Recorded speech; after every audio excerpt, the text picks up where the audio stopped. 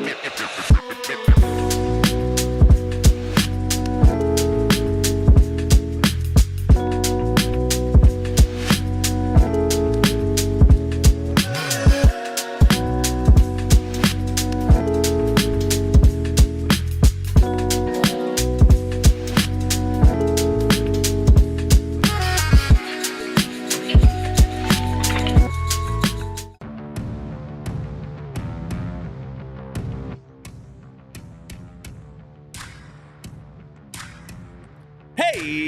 everybody, how you doing?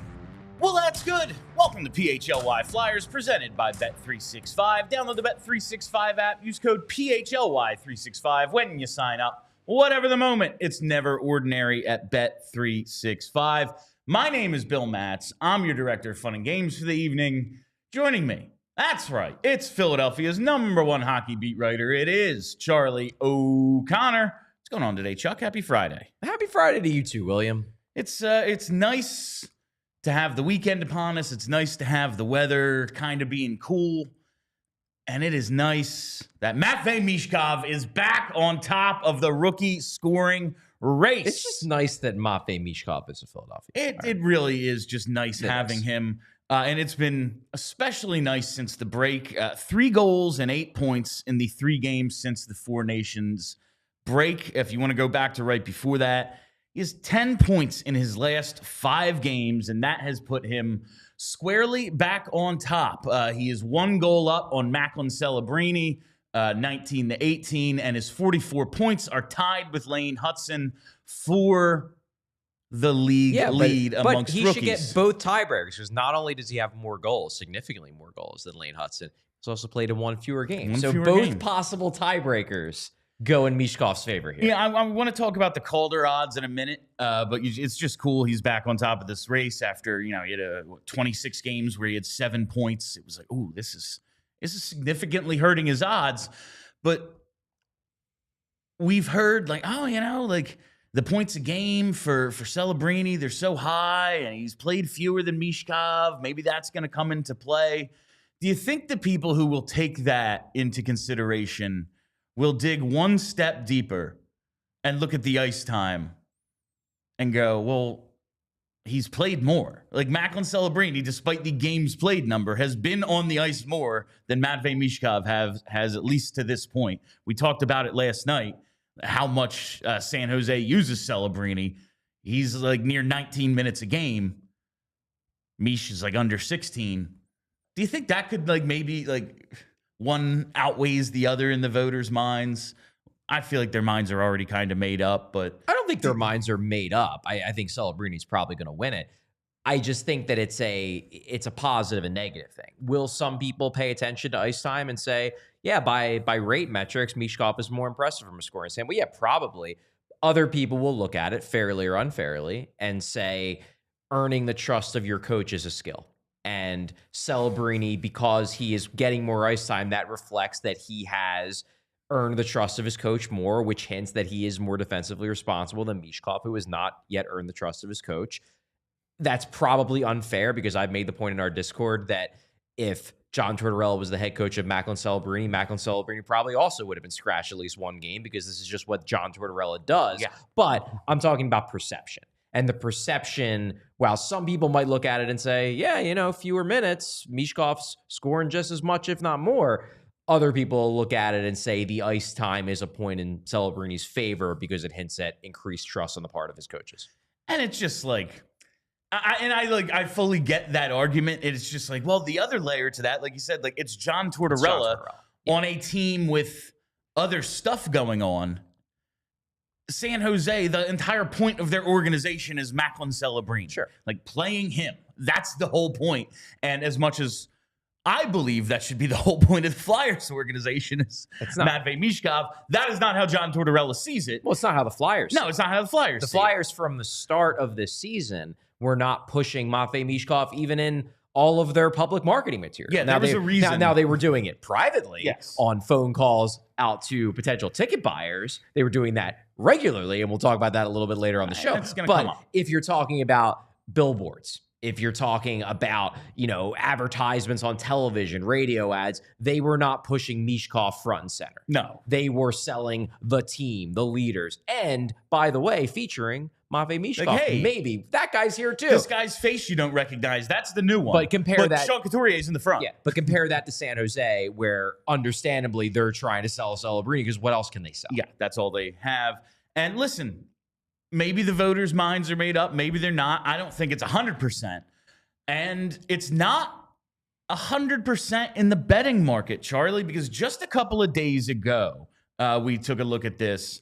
Celebrini was like prohibitive favorite, almost at -350. Hudson's there at +300. Dustin Wolf was 12-1, and Michkov is fourth at 33-1 before you get into the real long shots. Stankoven at 250, and then a bunch of guys at 300. Well, this morning, Charlie, it looks like Bet365 and the odds makers, it's catching up, because it has changed quite a bit in just 48 hours coming off of Michkov's strong game, despite a mistake that gets him benched for the final 5 minutes of regulation. Celebrini's still the favorite, but at -280. Lane Hudson, his odds have increased. They've gone from 300 to 320. So it's like, what, a 70-cent change for Celebrini, a 20-cent change for Hudson. And then Michkov from 33-1 to 6-1. Dustin Wolf is also, he's now fourth at 20-1. He was at 12. So it's not just like, all right, we moved Dustin Wolf to fourth. We lengthened his odds a bit. And then like all the guys who have no chance of winning, we lengthened those. No, those guys didn't change. It's the same exact group. It's all of the favorites have changed, and somewhat significantly considering it's been 2 days. Well, the biggest reason for this, because you ask me, do I think the voters are going to pay attention to this thing versus that thing? It really depends on the voter, because there's a very large block of PHWA voters. They all get, essentially asked to participate in voting. Some of them are very conscientious. Some of them are going through evolvinghockey.com and Natural Stat Trick and looking up all the stats and trying to make a judgment on that. Some people just watch a ton of games, and they have a scouting eye, and they watch as many games as possible. They see all these guys at least, 5 to 10 times a year, and they make their voting based on that. Fair. There are a not insignificant number of voters who, what do? Open up the box. A day before the ballots are due, they go on NHL.com and they say, oh, he led all rookies in scoring. Okay, he's my number one choice. Or at the very least, he's in my top three, because you can't not have the top leading rookie scorer in your top three as a finalist. So I think the fact that Michkov is now in the lead, or tied for the lead, depending on which way you're looking at it, that's the biggest reason why his odds have jumped, declined. What's the best way to say it's that? like the up and down thing. They've gotten better. Yeah, his odds are shorter, and everyone else's have lengthened. Like their odds are longer than they were, and Michkov's have shortened significantly. There are a lot of people who are just, not all, and I don't think it's enough that will necessarily win him the award outright. But there are a lot of voters who literally will just be like, yeah, he had the most points. Most points, Calder. It seems to happen that way quite a bit. It happens quite a lot, actually. And it is a lot. It's like you are laser focused on the Flyers. Like, I assume you are one of these conscientious voters, and if you cannot watch, you at least do some research so you don't seem like a jackass. I certainly don't have the time to watch a ton of Macklin Celebrini, but I am diving into his numbers regularly. There's only so many hours in the day, and like they play on the West Coast. I assume you like to sleep sometimes. Sometimes. Once in a while. There are a lot of the voters, and we've seen it. Like, oh yeah, man, like let everyone in scoring, so he's the winner. We see that all the time. But I found this jump to be pretty stark. Like I found it to be a lot, especially we did this 2 days ago, and based on one game. Like he's played one game since then, and here we are. He went from 33-1 to 6-1. That's pretty damn impressive. Exciting. And it opens my eyes that it's not a It's not determined. No, this is a very fluid situation. Vegas is right usually. Like, you've been to Vegas. All those big buildings didn't get built because they get this wrong. There's a lot of money riding on them being right more than wrong. Like, I don't know how much money is in the Calder race. Like, I don't know if that's like building the new Taj Mahal, but they're typically pretty close to correct. And when you see a change like this, it opens my eyes a little, because I kind of thought this was like the McKinnon thing. And like, listen, minus 280, he's still a pretty heavy favorite. But it was minus 350 2 days ago. One thing I do want to say, though, and I think everyone, and I include us, we literally just spent the first 10 minutes of the show talking about this. Everyone's kind of getting caught up in this Calder thing because it's an easy horse race thing to do. I just want to caution everyone of getting like too sucked into this. Like, would it be cool if Matvei Michkov wins the Calder? Yeah. Yes, it would. Flyers have never had a Calder winner before. I get it, why that's important. In the grand scheme of things, though, like, it doesn't really matter that much. What matters more is how good this kid is already and is going to be. And whether he wins the Calder, finishes second, isn't on the podium, it matters far less than the fact that we have seen with our two eyes that this kid is for real. And I hope that people aren't getting too caught up in the horse race of the Calder to forget that, like, regardless of whether he beats Celebrini or not, it doesn't mean he's then less likely to be a star. Yeah. We've seen enough, I think, to tell all of us that there's a real good chance he's going to be a true, top tier offensive option, top of the lineup star. And that's the most important. No, that is what's most important. I really think it's like, if this team was, and like, yeah, sure, in a playoff race, if you want to say it, but like, if they're top 3 in the division, this doesn't matter. Because it matters. It matters less. It doesn't matter nearly as much as like, yo, are we going to win like a couple playoff rounds? Like, we have that to root for in that instance. Like, that's not happening. Also, like, yes, the Flyers have never had a Calder. The number of just like trophy winners this organization has had is so small. Like, especially in, our lifetimes, Charlie. Like, we've seen one Selke for Couturier. We've seen one Jack Adams for Bill Barber. Lindros gets a heart. Yeah. Like, that's it. Like, you got to go back to Clark won. You have to go back to Bobby Clark's Hart trophies, which were 50 years ago. Yeah. And I would assume Perrant had to have got two Perrant Vezinas, right? Got a couple Vezinas. I mean, obviously, when you win cups, Conn Smythe, Hextall won a Vez. Hextall won as a loser. Hextall won a Vezina. Leach won the Conn Smythe as a loser. We have two loser Conn Smythes. We have 2 cups and 4 Conn Smythes somehow. It's like, wild. Okay. Thanks a lot. But that is so Flyers, there's by just the way. so few individual trophy wins, especially in the last like 30 some years.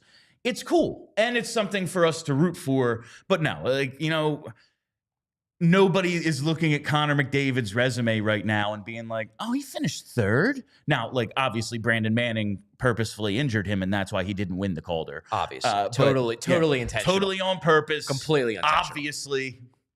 But, like, no one's like, oh, he's missing that Calder. I don't know. Yeah. If his resume is complete. He's just not good enough. Like, you're just not quite. It doesn't matter that much in the grand scheme. No.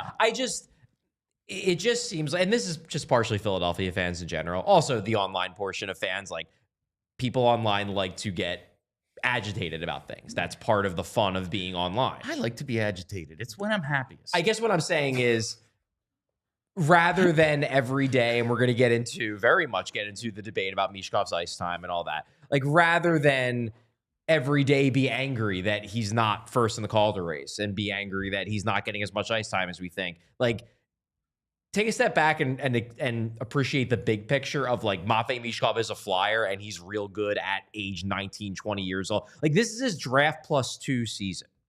Most guys aren't even sniffing the NHL, and he's already, like, a really good, not elite, but a really good NHL player. He is, as the kids say, giving elite. Like, he's getting there. He's giving you the feeling that he can get there. And the vibes hell are yeah, solid. man. Yeah, hell yeah. Like, what else can we ask for? And while we're thinking about this Calder Trophy race and the rookie scoring race, it's Michkov, it's Lane Hudson. you can see them go head to head, and you can do it with PHLY and Philly Sports Trips. You can come on out to Montreal with us April 4th to the 7th. The game is on April 5th. We are going out there with Philly Sports Trips. It is going to be so much fun, all sorts of activities planned. Philly Sports Trips puts on a hell of an event. I cannot wait for this trip. Charlie's going on the trip. He loves Montreal. Kelly has told us so many times. It's one of her favorite cities. You know, she's all about Canada. I've never been. I'm really looking forward to it. And I want you all to come with us. So go to allphly.com right now. Click that events tab, find the Montreal trip, and book it. Only like a week left to get this done. So if you've been contemplating, like, am I going to do it? I kind of want to go, but does it make sense? Now is the time. I think you have till like next Friday to get this booked. So the time is now. Get in there. It's an international trip. Also, make sure you have your passport, all that stuff. All right. That's that. Come to Montreal with us. Do it. Let's get into the, that's the fun Michkov conversation. Let's get into the less fun Michkov conversation. Michkov versus Tortorella. We had another chapter in the book. I don't even know if it's Michkov's fans really versus John Tortorella. It really is. Because like maybe inside he wants to punch his coach straight in the face.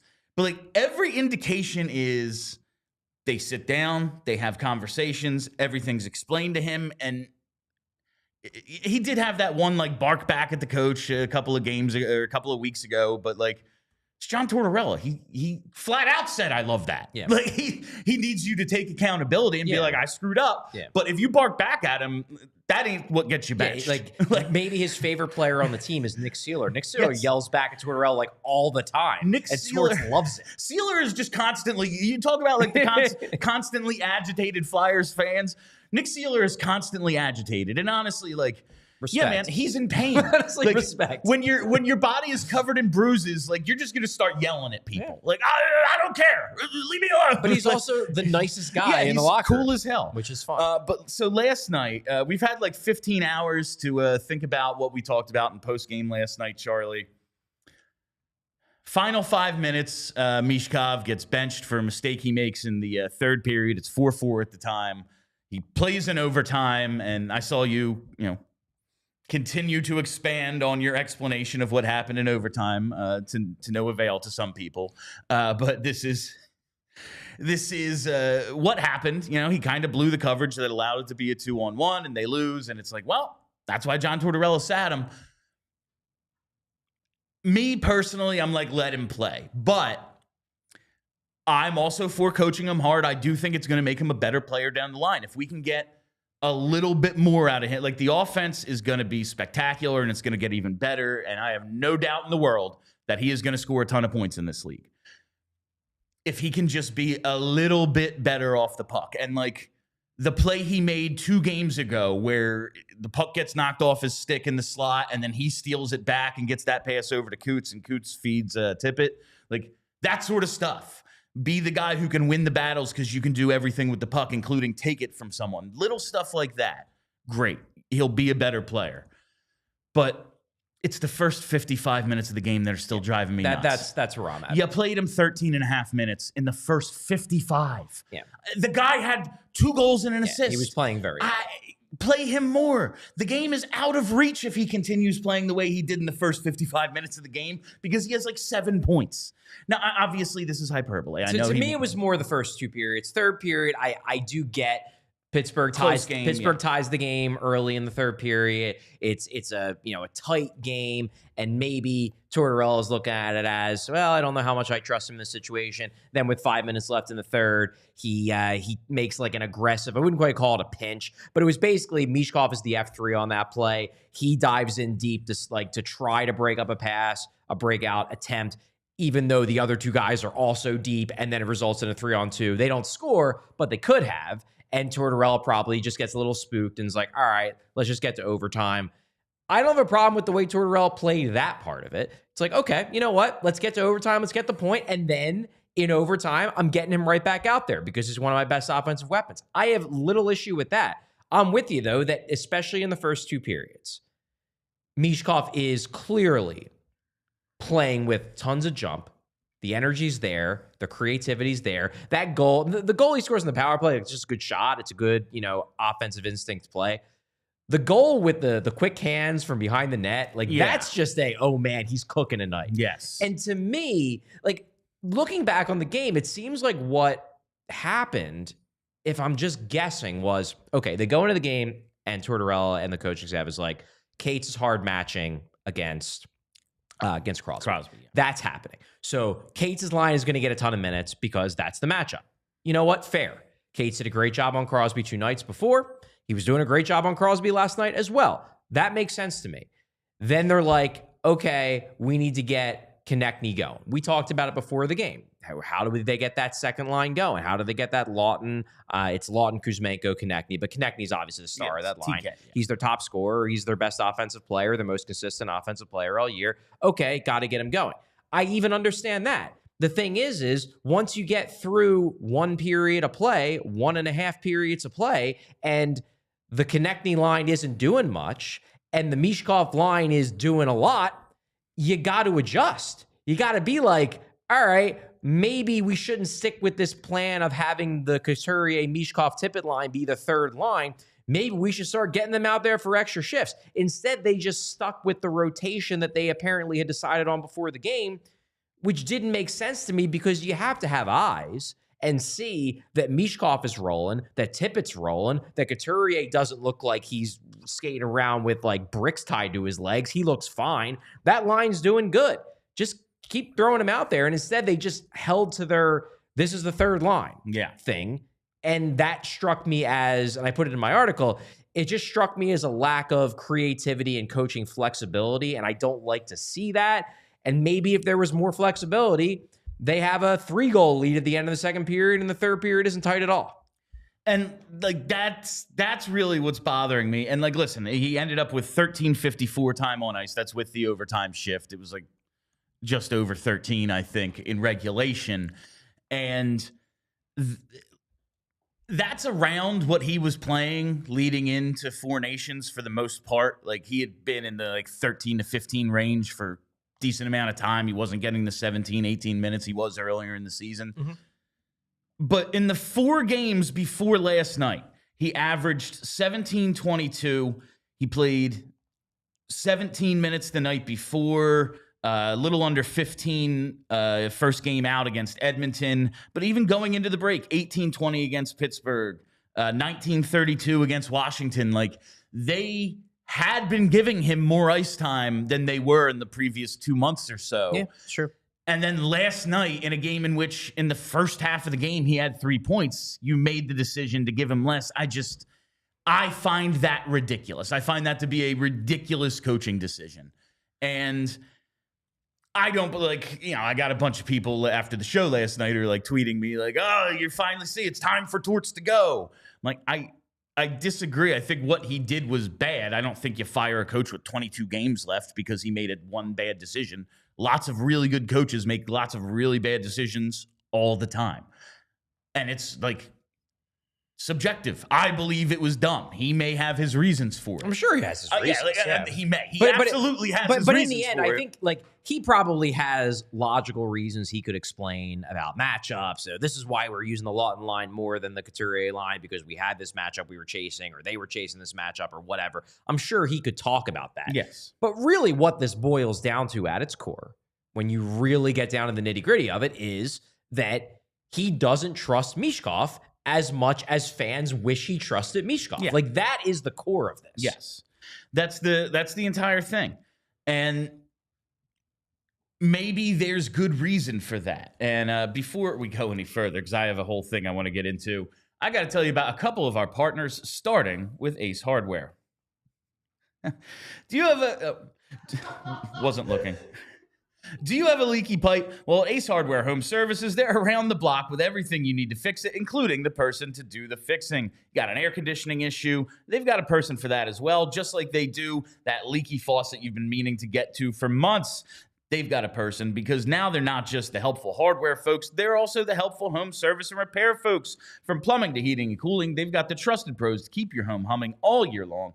Ace Hardware Home Services, they're bringing helpful home, the helpful you love from the store, now to your front door. Visit Ace Hardware Home Services online at acehardwarehomeservices.com to get started on your next project. And while we're here, got to tell you about Golden Nugget Jewelers. That's right, because for the past 30 years, Golden Nugget Jewelers has operated out of the very same location in the heart of Philly. Customers from all over have come to Golden Nugget Jewelers to find the perfect engagement ring or wedding band, and their staff is highly trained and dedicated to provide a personalized shopping experience. Listen, take it from me.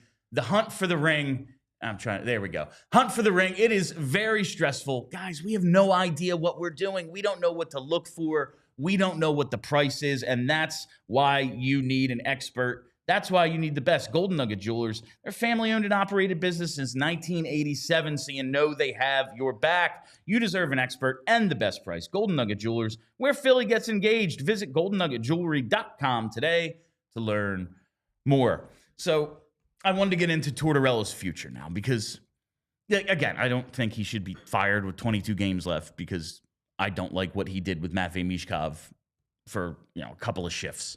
Well, in fairness, the people who are screaming to fire Tortorella, they want him fired anyway. Well, not even that. They believe that he has been mistreating Michkov all season. Yes. So this is not just from one thing. This is something that has been building, and the belief is that Tortorella is unfair to the Golden Boy, so get rid of the guy who's being unfair to the Golden Boy.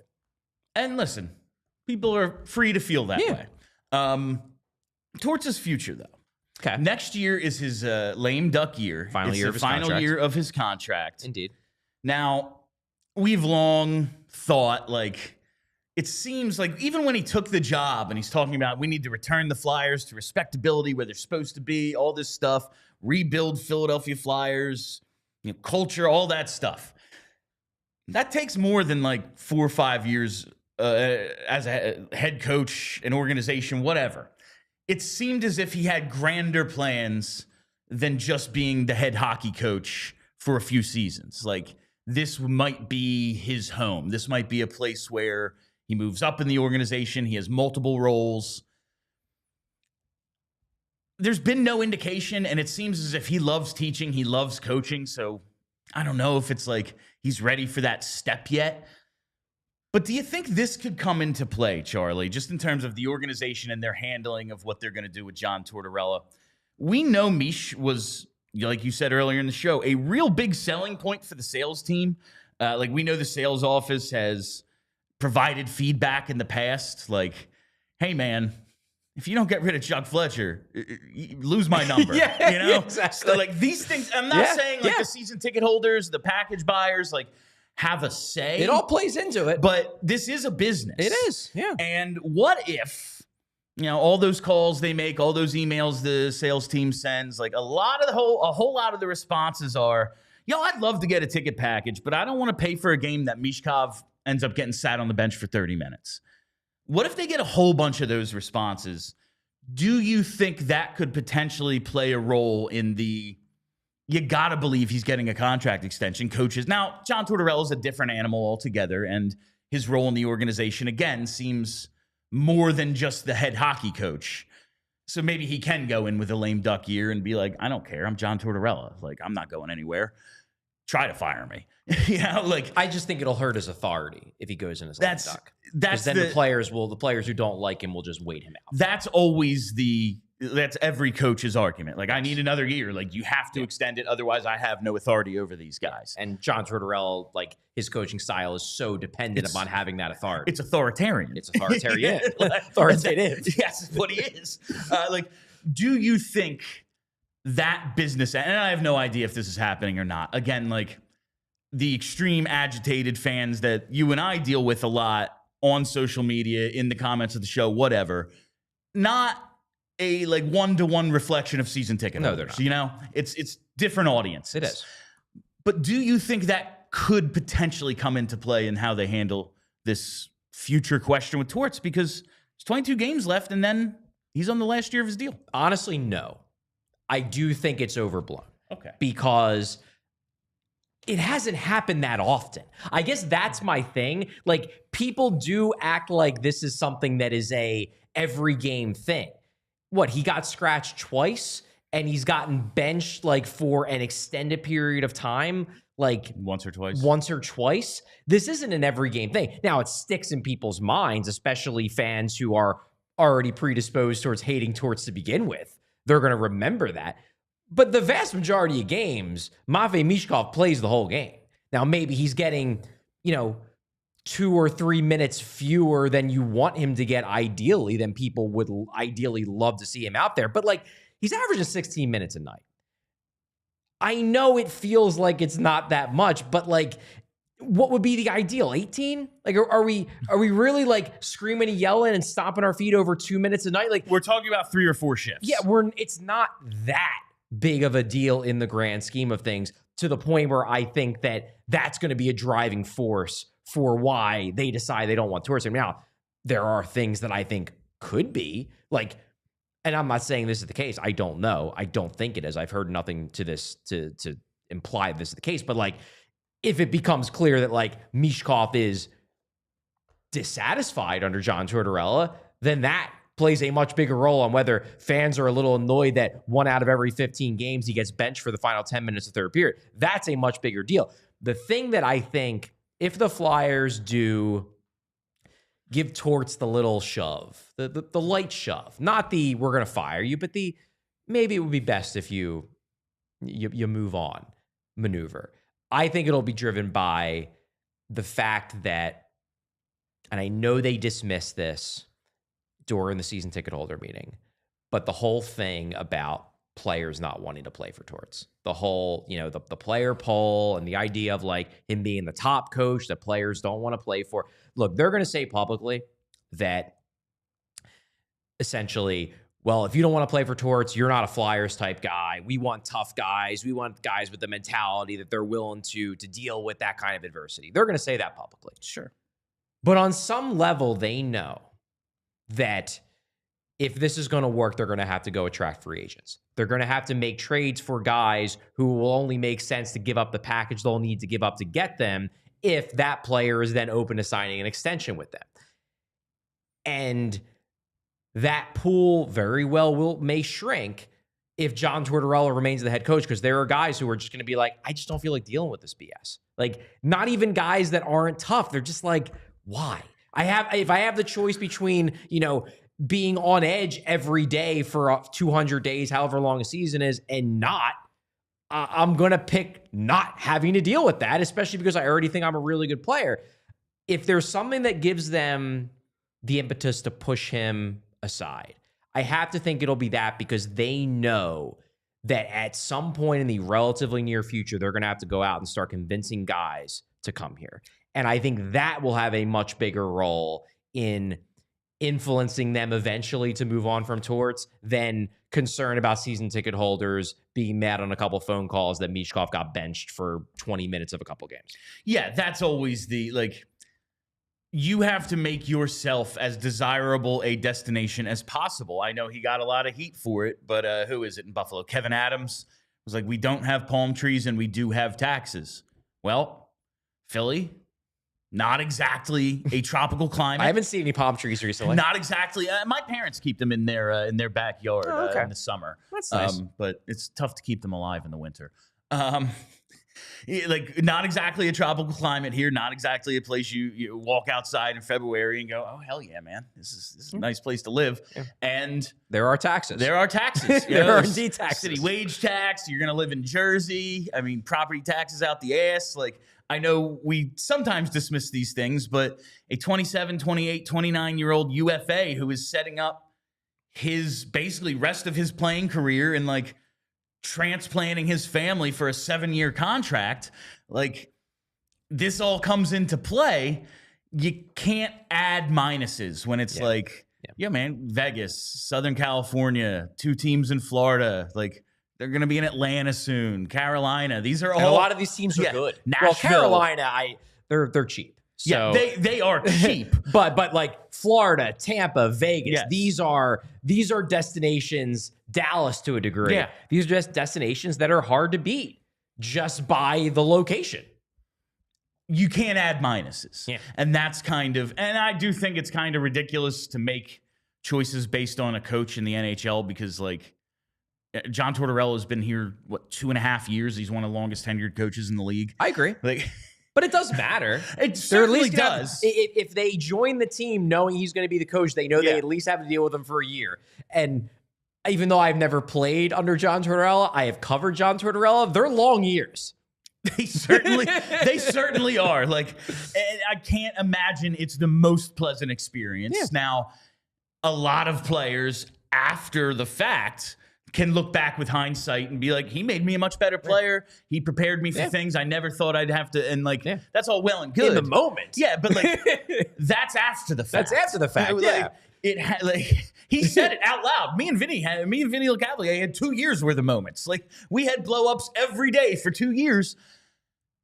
Yeah, Vinny's awesome, but I can't imagine at the time he was like, this is fun. This is making me a better player. I like it. Like, he was probably unhappy. Yeah. You know? Yeah. And who wants to be unhappy? Yeah, it's like, I mean, I can say that in retrospect, it was a good thing for my health that my parents made me eat vegetables when I was a kid. In the moment, it sucked. Yeah. It's very, very much in that vein. Yeah.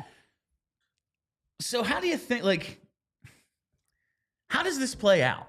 Like, on July 1st or whatever, I mean, you can extend a coach at any time, I guess. It doesn't matter. It's not like players where you have to wait till, but like, he gets a 1-year extension. He gets the push to the press box, like, not the press box, but like into upper management or something. He has a different role where maybe he's like coach's, advisor. He's not the head coach. I really hope they don't do that, because that would just cut the person who replaces him off at the knees. Yeah, and I'm trying to come up with something, but like, that wouldn't make sense. I think if you're gonna keep him around, I think you have to have him as like a front office role, senior advisor. Senior advisor. There you go. Some sort of role where he's still doing the he's watching up in the box. I'm gonna make determinations still about like who has it and who doesn't, and maybe I drop the coach a note every now and then, but I'm not involved every day in the daily lives of the entire team. Yeah, like perhaps, like, do you think that's where this goes?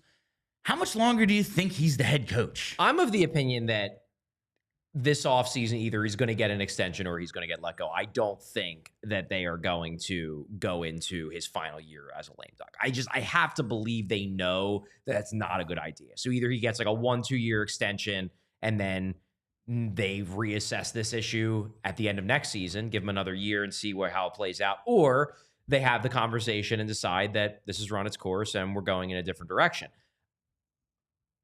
Being around the team, everyone's constantly speculating about this. And I'm not talking about the players. I'm sure they talk in their group chats and, when they're out at the bar, like, how long do you think Torts has got?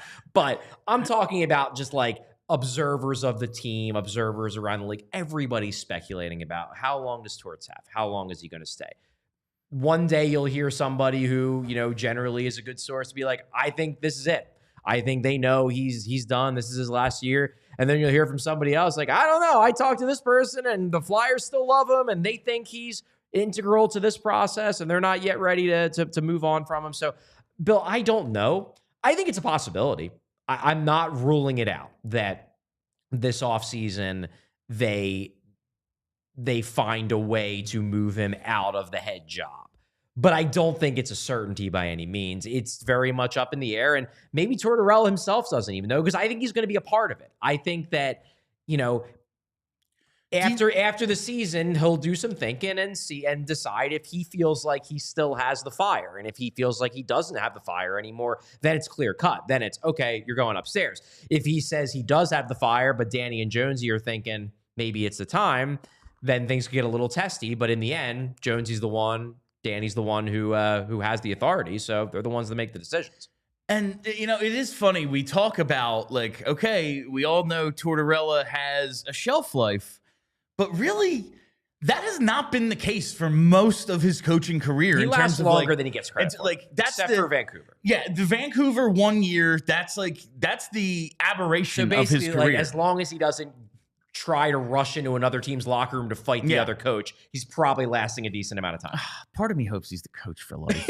But like 7 years in Tampa, 5 with the Rangers, the 1 year in Vancouver just didn't work, and then I think another 6 or 7 in Columbus. Lasted a while in Columbus. This is year 3 in Philly. Like, and I realize the league has changed even more in the last few years, where coaches just get fired. Like we toss them away like disposable plates, basically. Like it's one and done. But it's very interesting. Do you think? I mean, I guess if he still wants to coach, and they're like, nah, then maybe he's just done with the organization. Could altogether. be. I mean, it could be if that. Do you still get the vibe? This is a longer term thing for him with, with the Flyers. I don't. Yeah, I think the Flyers have always liked the idea of John Tortorella being involved. I think John Tortorella has always liked the idea of John Tortorella remaining involved in hockey. And the Flyers are a heck of an organization to remain involved in, because you'll probably have a paycheck for life once you're part of the group. It's a heck of an organization to retire with. Yes. Let's put it that way, especially now that Jonesy's running the show and he's taking more care to those sorts of things. I don't know how it's going to play out, Bill. I do think, though, that if the Flyers move Tortorella out of the head coaching role after the season, if he moves up or out, one of those two, I think it's probably a sign that this summer is going to be aggressive. Interesting. I do think so, because so then that player poll, or just like not necessarily the poll, but just the understanding that he makes Philadelphia a less desirable destination to outsiders, like that would be a signal that now, that we're going to go by and no one wants to play for Torts. So, which is why I don't think the urgency is quite there yet, because I do think that for years now, basically since the start of this, they've always circled the 2026 offseason as the big one. Like when we'll make trades and we'll do some things and we'll work around the edges until then. But 2026 is when we're going to go all in on the free agent market, when we really just have to straight up convince guys to come play for us. I think that offseason, let me put it this way. I would be very surprised whether he signs an extension or not if John Tortorella is the head coach one way or the other in Philadelphia for the 2026-2027 season. That would surprise me. It would not shock me if he's still the head coach next year. No, I would be shocked if he's not the coach next year, I think. And I would be mildly surprised. I don't think it's out of the realm of possibility that they make a change this summer, but I think that next summer, as in the 2026 summer, it's hard for me to envision a world where he lasts beyond that. Yeah, I think 4 years is going to be the absolute limit. Shocked probably isn't the word. I wouldn't be shocked if he's not the coach next season, but I'd be mildly like, how about that? Yeah. Like, it's not like I'm expecting it. I am expecting him to be the coach next year. I'm operating under the assumption that he's going to at least finish out the original term of his contract, whether he gets an extension or not. Yeah. I'm operating the assumption he's going to get at least 4 years, but if he gets 3, it wouldn't blow me away. Okay. I want to move on. So let's use this time to do a tankathon spin. That's right. We did one last night that, my God. Flyers are back to 7. Flyers are back to 7 for all those worried about the lottery odds. They have improved over the last couple of hours. We'll see how this goes. Now, they have a whole bunch of home games coming up, but the schedule isn't exactly easy over the next few weeks, so we'll see where they end up. But right now, they are 7th from the top in terms of lottery odds. We had a very funny joke set up last night that I totally missed, and I am still feeling shame about it. But this is a legitimate tankathon spin as far as I know. Brenna, spin that wheel. And they fell to, did they fall to 8? They fell to 8, yeah. And who won? St. Louis jumped up. St. Louis and Buffalo were the two winners. You know what? For all the conspiracy theorists out there, guess what isn't going to happen? St. Louis and Buffalo winning Maybe this is the year they do, because there isn't that guy. I feel like, honestly, Bill, I think you are, St. Louis. I'm fueling the conspiracy. St. Louis, no, there's no reason for the NHL to push a number 1 pick to St. Louis. I think you're underestimating Buffalo. Am I? That is a big hockey market. And it is a big hockey market that is very justifiably angry at their team and their ownership. That market pumps out money when they're good. It's just been so long since they've been good that we forgot. It's kind of like Chicago when they were going through their period where like no one could watch their games on television and it was a joke market. And then suddenly they got good and now they're the gold standard. Like, we have to do everything to make sure Chicago doesn't fall off a cliff. Like, really? They're dumpster fire of an organization, but sure, got to have Chicago good. Is Is that why we don't get catered to, because the fans are too good? Like, yeah, Philly's going to be a fine market no matter what. We don't need to cater I mean, to that. they're not selling out games like they did No, before. they're not selling out like they did. But even then, like, they're at 90% capacity. True. Which is low for hockey. Yeah, it could be better. It could be a certainly lot could better. be. The Flyers, I think, are still, yes, they're not, they don't bottom out the way that other locations like Pittsburgh do. But I do think that the Flyers, in terms of revenue generation for the league, are still a little bit of a sleeping giant right now. Yes. And they would love it. They would, let me put it this way. They would love it if the Flyers lucked into like Gavin McKenna. The league would be thrilled, because when the Flyers are good, number one, they're a villain. So everyone watches them to root against them. Number two, they just pump out money in this market when they're good. We've seen it. All right, before we go any further, I got to tell you about our friends at Glatt Hair Restoration. Have you noticed your hair thinning or falling out? Have you considered hair replacement or hair loss prevention procedures? Looking for a trusted expert to answer all your hair-related questions? Well, Glatt Hair by Morgenstern Medical can help. Their board-certified experts have performed thousands of hair and plastic surgery procedures, and each patient receives a complimentary one-on-one consultation to pinpoint the best course of treatment. Glatt Hair by Morgenstern Medical utilizes leading-edge treatments for prevention and restoration, such as laser light therapy, non-invasive TED treatments, vitamin supplementation, topical and oral medications, and PRP and stem cell restoration. Caring patient advocates work with you from the first phone call to the last follow-up visit. They understand that this decision can be emotional and challenging, and they're here to help make your experience simple and stress-free. Glatt Hair isn't just about restoration, it's about innovation. Their breakthrough treatments really do dramatically change lives. Change your hair, change your life. Bald is now optional. Regain your confidence with Glatt Hair by Morgenstern Medical. Learn more at glatthairmctr.com. That's glatthairmctr.com. And while we're here, get your hair right and then get your money right, you got to check out TrueMark Financial Credit Union. You can personalize. Oh, no, that's not right. It's almost spring, and that means it's time to spring into savings. You have financial goals, whether it's buying a house, taking that dream vacation, or building your emergency fund, and TrueMark Financial Credit Union has the perfect savings account for you. TrueMark Financial offers high rate certificates and money market accounts to help your money grow faster and work harder for you. Visit TrueMark.com for rates to learn more. Federally insured by the NCUA. Rates are subject to change. Visit TrueMark.com for rates to learn more. TrueMark Financial, federally insured by the NCUA. Equal opportunity lender. Rates are subject to change. I had to double read that for some reason. All right. I want to talk about TK. Well, before we do that, just real quick, I want to do a trade deadline update, Chuck. Okay. You heard anything fun recently? Not really. You want to make something up just to start a rumor for our own entertainment? No, not really. You journalist bastard. No, look, we're a week out. I know that Darren Dreger tried to like spark things with the Laughton conversation. I'm still getting the same read that I got before, that the Flyers are very open to trading Scott Laughton, but you need to meet their price. And that is a dramatic difference from last year, when it really was going to take somebody truly blowing the door, because they did not want to trade Laughton last year. This year, I think the Flyers are actively trying to create a market for Laughton. They are trying. Now, whether that succeeds in getting them an offer that they deem worthy, which is going to be either a first-round pick or a young player prospect that they think is equivalent to a first-round pick, I truly don't know. But I think they're trying to sell. And by sell, I don't mean like, they are calling up everybody. Well, what do you give us for Laughton? What do you give us for Laughton? But I think they are pitching the idea to the royal we of the NHL on like, hey, Laughton's available, if you want him. This is I don't want to say it's a conspiracy theory, because then you'll just blow your top, Charlie. But there are people who believe, and part of this is just like, who the hell else is going to do it? We only have so many guys.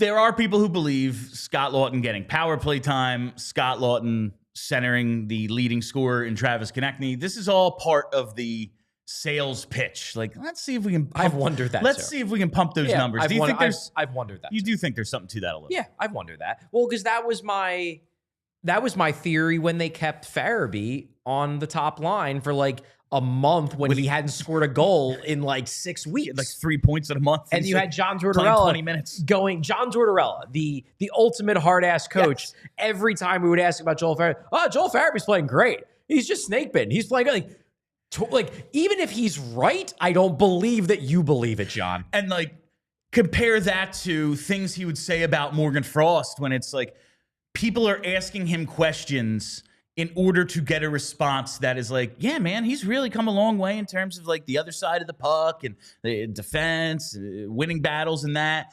And he'd go, yeah, the little things have improved. He needs to freaking score though. Yeah. Joel Farabee's up there literally never scoring. And he's like, yeah, he's playing great. He's playing great. I love what I'm seeing from Joel. It's like, okay, there's something going on here. He's got one more goal. This is so out of character for John Tortorella. He's got one more goal in December than I do. What do you mean he's playing great, All right, I want to talk about TK because speaking of scoring slumps, Travis Konecny, 22 goals, 63 points in 60 games. He is still over a point a game, but I'm looking at what he has done recently in terms of putting the puck in the net. He scored his 19th and 20th goals of the season in game 41, and that made the math real easy. Dude, he's on pace for 40. Halfway point, he's at 20. He has 2 goals in his last 19 games, does Travis Konecny. Now, in those 19 games, he has 16 assists. He's at 18 points in those 19. It's not like he hasn't been productive. This isn't like a crush TK segment. It's just a little like, this is odd. I've been operating under the assumption he's got some sort of hand or wrist or shoulder issue that's kind of slowed his shooting, his willingness to shoot, because first half of the season, he's over 2.5 shots a game on average. The last 19, he's at 1.8 shots a game. And that said, he's had 14 shots in his last 4. He's been a little bit more willing to shoot. He's been more shooterish. His last few weeks. Yeah, he's been shooterish. He's got at least 3 in each game after the stretch. After, he had 14 out of 15 games where he had 2 or fewer. So maybe it's coming back. Maybe he's just feeling a little bit better. Short or long-term concern at all with his lack of scoring in the last couple of months? You really think he's hurt? I do. You think he's playing through something? He's been at a 30-plus goal pace for 2 previous seasons. He was on a 40-goal pace a couple of months ago.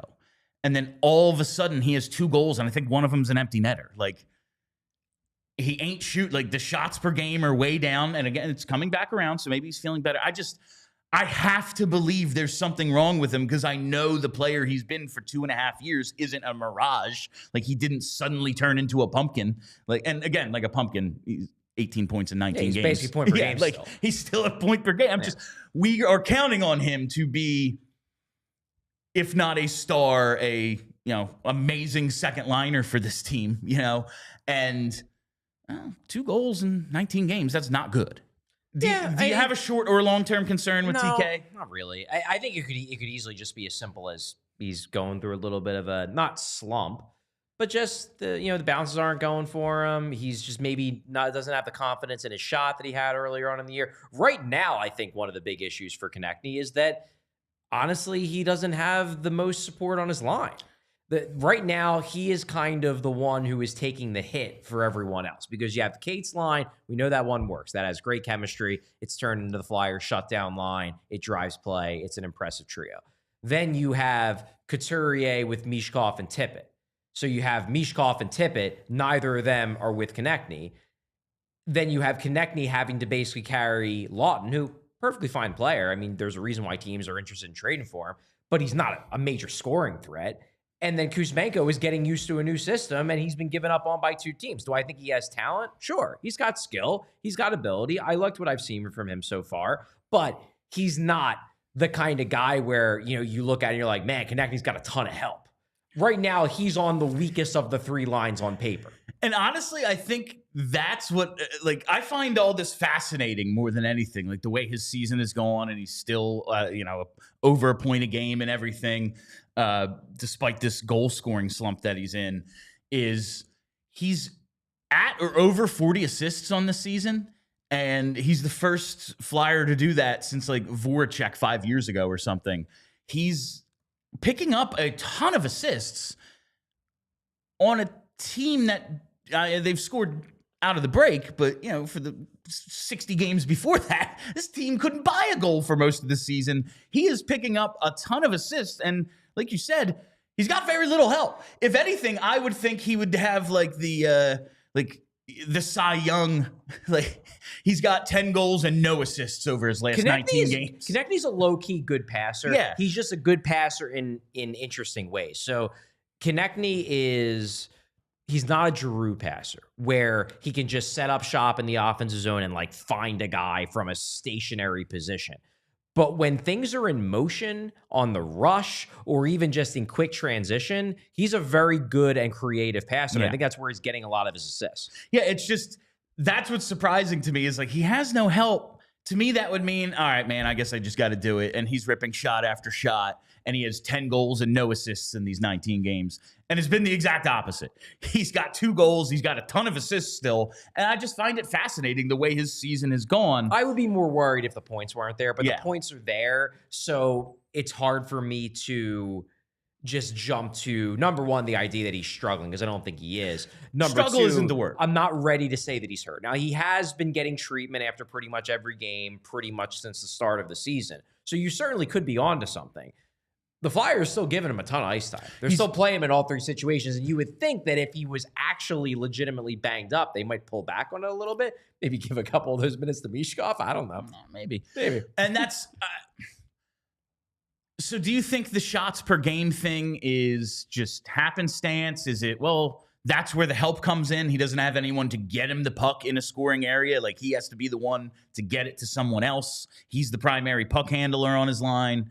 I don't know. Is it just... No, I don't know. It could just be variance. Yeah. Maybe it's a product of the power play being a dumpster fire most nights. Yeah. That could be part of it. There's a lot of possibility. Look, Bill, you could be right. He could be banged up. Maybe he is dealing with something with his arm or wrist that has weakened the quality of a shot. I don't think it's a ridiculous theory.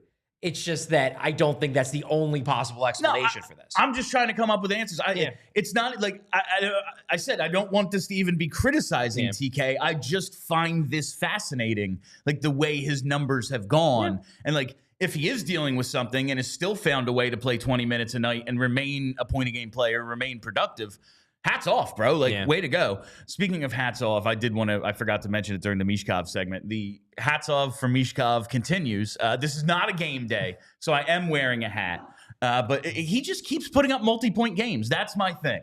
It's going to be multi-point games as long as he keeps doing it. No hat in pre and post game. I respect it. It's killing me, honestly. I have a lot invested in hats. And you love hats. I hate hats. You love hats. I got an email from Hat Club today with a new Phil's hat that I'm like, when's payday? I can't buy anything new till payday. How expensive are good hats? Ooh, good hats now are up to $50. Are they really? Yeah. Okay. It depends. Some are still 35, 40, but good hats are $50 a lot, and it's killing me. Gotcha. At least it's not as expensive as sneakers. Yes, that's a more expensive collecting and wearing hobby. It is. Should we do super chats, or we got more? Let's hit super chats now, and then if we have time, I want to talk a little Sam Ersson. Okay. Let's hit those super chats. Yeah, we don't have a ton. Let's see. One from JH here, of course. What's up, JH? Said, I told the season ticket sales team that once they got rid of Fletcher, I'd buy tickets. He was gone within the week. You're all welcome. I don't thank you for your service, JH. JH has power. He certainly does. Thank you for your service. That said, you were not alone. I have it on pretty good authority they that were getting a lot of those calls. That was the only thing those people heard. Yeah. Well, the final straw, I believe, was the town hall. Getting booed at the town hall. Once the town hall happened, they realized, because they had already started to publicly pivot towards more of a rebuild, long-term focus. We're not going to, short-term this. And they realized that even if they pivoted, that Chuck Fletcher could not be the messenger because he had lost all credibility with the fan base. Because, listen, yes, he needed to trade JVR. But getting a mid-round pick because you covered half of JVR's salary, people still weren't going to be happy. That wasn't make or break for his tenure. Yeah. It was maybe you just have bad luck, Chuck, but you got to go. Whatever it is. Perhaps the vibes are just really off with you, but we need to remove these vibes from the building. It just wasn't working, bro. Just wasn't You working. tried a lot of stuff, and honestly, I was down with quite a bit of it at the time. It all failed. You have to go. It just didn't work. Maybe it isn't even your fault, Yeah. but your name's on it. All right, before we wrap up, just want to say we appreciate those of you watching TV. Head over to allphly.com for more of the show. All right, we have one here from Aviator. If Briere stands pat at the trade deadline, how would you feel? It's an interesting question. This has been going around. I'm curious what your thought is, because I have a clear thought of mine. You know how I always say everything's wrestling. Everything's wrestling. Yeah. When there's a storyline that doesn't go the direction you like, I always say, like, well, take a step back because tomorrow could be awesome. There's always the next show. Right. If they stand pat, I'm going to go, that's a missed opportunity. I wish and like from a content standpoint, we have a 2-hour live show that day. Yeah, it'd be a bummer. Do it between 2 and 4, please. 2 or I guess 1 and 3 because we're live 2 to 4. Okay. Do it around then. That would be dope, Danny. But I would say it's a missed opportunity and that's bad. But let's see what he does in the offseason. Like we talked about yesterday, Ristolainen's contract. Like ain't a whole lot of contenders with $5 million open. Just because the cap is going up next year doesn't mean you can afford something this year. You still have to be under the cap for this season. Unless you're Vegas or Tampa, then the rules don't apply. But everyone else has to be under the cap. If you can't afford them, you can't afford them. And it is most important to not retain. I think the return is secondary. I want both. Like, obviously, I want everything. Yeah. But ideally, no retention, and I can deal with whatever the return is. If that's not there, there is no rush. You can walk away and go, all right. Laughton, same thing. Now, I'm just so tired of talking about Scott Laughton. I wish it would happen. But I will be disappointed, but I will remain like, I will hold my criticism until like July 5th, you know? Okay. I'm of the opinion, because the two guys I'm specifically speaking of here are Ristolainen and Laughton. If they trade Kuzmenko, whatever. They're going to get a third, fourth round pick, whatever. It doesn't make or break the deadline. The two guys that people care about are Risto and Laughton.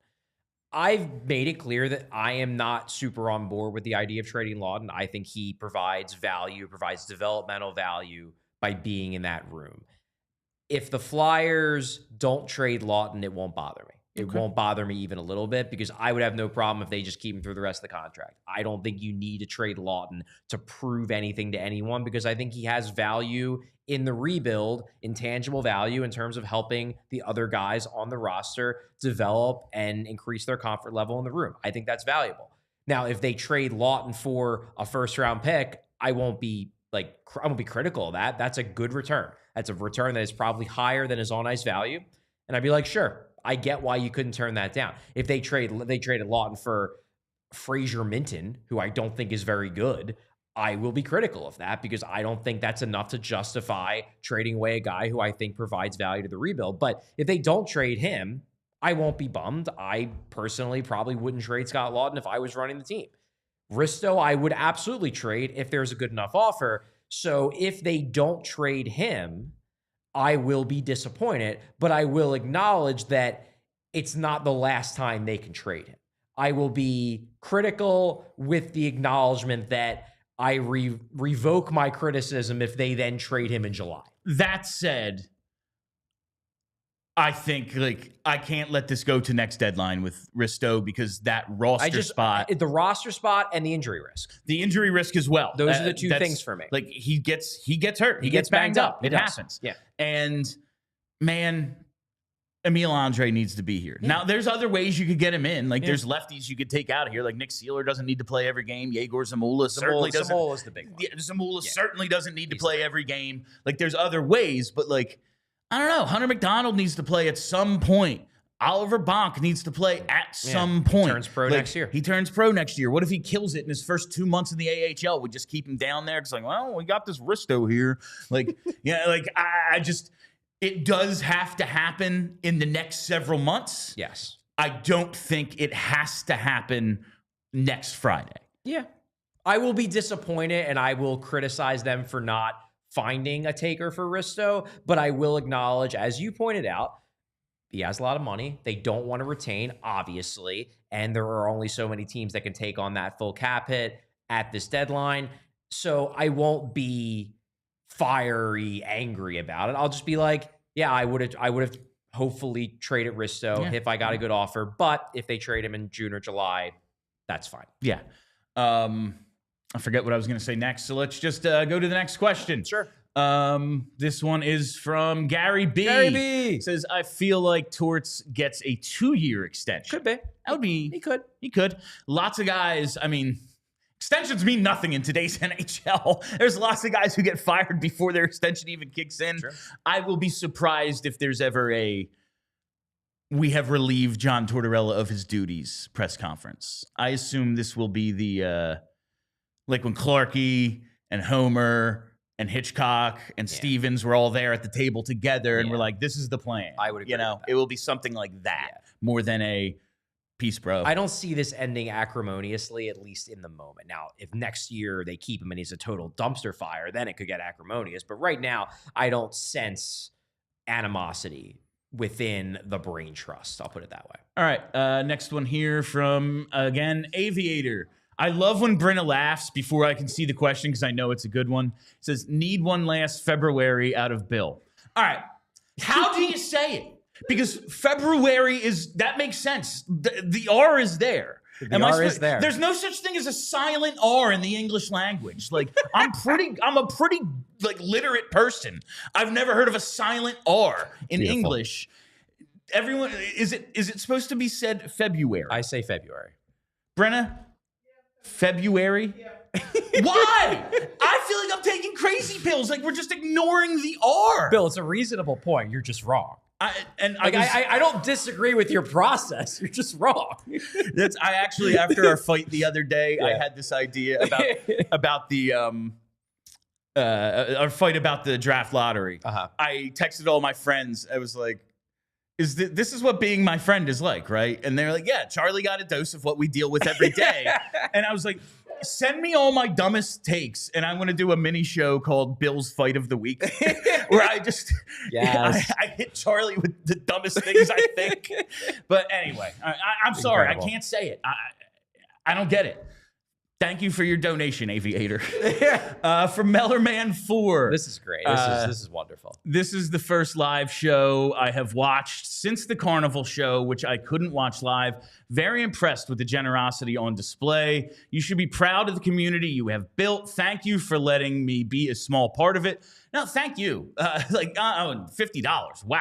Yeah, Mellerman. It was a big one. Way to go. There's a reason why that one is gold in our chat. I wondered why that was the case. That makes sense. Now, listen, we are forever grateful for this ridiculous community we've somehow been able to cultivate over our years together. We started working together, was it 2016, 17 was our first season with Broad Street Hockey, and it's just like turned into this. Like, this is our career now. Like, this is what I do to like keep my lights on, and it's wild. And I appreciate every single one of you. And yeah, the money that got raised during the Carnival show was unbelievable. I watched it a couple days ago, and I was just watching the number keep ticking up. I was like, first of all, who's ever in charge of this? Way to go! This is dope. Great production work. But thanks, everyone out there, awesome job raising, what was it, $1,800 for the Flyers charities? Yeah, amazing. Yeah, we're so grateful for everyone that watches, everyone that's a diehard member, everyone who really does anything to support the show and what we're building here at PHLY. Yeah. It's cool because we joined ALLCITY PHLY, I think, because we saw an opportunity to take the community that both us and a lot of other people built at BSH and grow it even more, with a bigger platform, with more content. And we're coming up on 2 years, and so far so good, I would say. It was really cool to see all those donations at the Carnival, because it did feel like proof that we're building something really cool here. Absolutely. And one last one here from JH. He says, stick taps for Bill, Charlie, Kelly, and Brenna. Absolutely. We don't say it enough, honestly. Brenna said she joined the show last January. The quality of it has improved immensely. So much. It's awesome. We have a great team here. Honestly, I love all my coworkers. This is a freaking dream job. I always say I don't dream of labor, but can't actually call it labor. That Zach Berman guy, he's a dick. Yeah. Thing you don't know about Zach Berman. I was going to say something really inappropriate. Zach is fantastic. Yeah, Zach to be rules. clear, Yeah, Zach rules. It's like 5:09 on a Friday. I don't. Do you want to? Let's just hit Sam Ersson real quick. Sure, why not? The cliff notes here. Sam Ersson is getting close to like 100 games in the NHL. 92 starts. 92 starts. 97 games. 3 games away. 893 save percentage for his career. 893 save percentage this season. 282 goals against this season. 285 goals against for his career. So he is this season doing exactly what he has basically always done. And then I laid out all the inconsistencies. He's had hot stretches, hot stretch, cold stretch. But he had that 19 games following the following Christmas. Now, they weren't all great. There were some clunkers in there, but that happens to every single goalie. Yeah. For the most part, listen, 19 games with a .919 save percentage. That is a nice stretch. That is a nice stretch of hockey for Ersson. Then last night, he gets lit up. 800 save percentage. He played very poor. Bad game. Yeah, bad game. Rough. If he has an average game, they win that game easily. We talked in pre or post one of them last night, just like about his workload, and I want to see other guys. Like, what is the point of playing him this much, especially after the deadline? Like when we all kind of it's over. That said, like looking at Ersson's situation, he's 25. He'll play all of next season at 26. He's signed through next year at a very reasonable $1.145 million. But that also means he's eligible for an extension on July 1st. He has one more year after that at team control. He can be a UFA 27-28.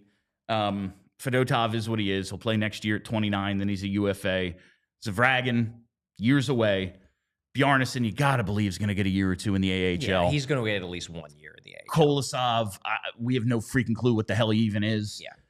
Is figuring out Ersson actually one of the biggest priorities in the next 22 games? Like way more important than like, oh yeah, we need to get Kolosov some games like I said last night. Like, I still don't know what he is. He has had such good stretches, such bad stretches. Is he just an inconsistent, okay goalie? Is there something more to him? Well, right now, that's what seems to be the most likely outcome here, is that he's fine. Now, yes, if over the final 22 games he goes crazy and kills it and finishes with a 904 save percentage because it just keeps on going up and up and up, and last night was just a one game sometimes you have big stumble. Yeah. That's it. Then yeah, that changes our perception of how good Sam Ersson is. The Flyers certainly believe in him. Right now, though, yeah, the most likely outcome to this is that he's fine. He's a guy. He's an NHL caliber goalie. If he's your backup or number 2, you're in good shape. If he's your number 1, you're probably not. I'm of the opinion, and this is something that we can talk about ad nauseum during the offseason, I'm of the opinion that they should go out in the summer and get a goalie on a short-term deal, a passable goalie. An Alex Lyon type? Yes, and pair him with Ersson. I don't care what you do with Fedotov. I truly don't care. And Kolosov, guy's not ready. And I don't see any world where he magically shows up to camp next year and is suddenly an above-average NHL goalie. I don't want to spend another season getting, generally speaking, strong overall play torpedoed by bad goaltending. Because I think next year, this team is not closer to being a cup contender. They're not there by any means. But I think this team is a lot closer to being playoff caliber than a lot of people think, because I think the goaltending really torpedoed this season. And I don't want that to happen again. You were writing in December, they're on pace to have the worst, worst save now, percentage. Yes, it's certainly, but that's half the season. I'm fine with them not making the playoffs this year, whatever, no big deal. But I do want them to make the playoffs next year. And I think if they roll Ersson and Fedotov out as their goalies again next year, they won't. 16 games in March, only one back-to-back, and it's a perfect backup situation at Dallas and then the next day at Chicago. Perfect. Great time to get a backup in. So let's call it 15 games where Ersson is an option. How many would you guess he gets? And it's play dependent. Like if he gets hurt or he sucks in 3 straight, sure. But let's say he's generally solid. 2 out of every 3, he plays pretty well. How many do you think he gets out of those 15?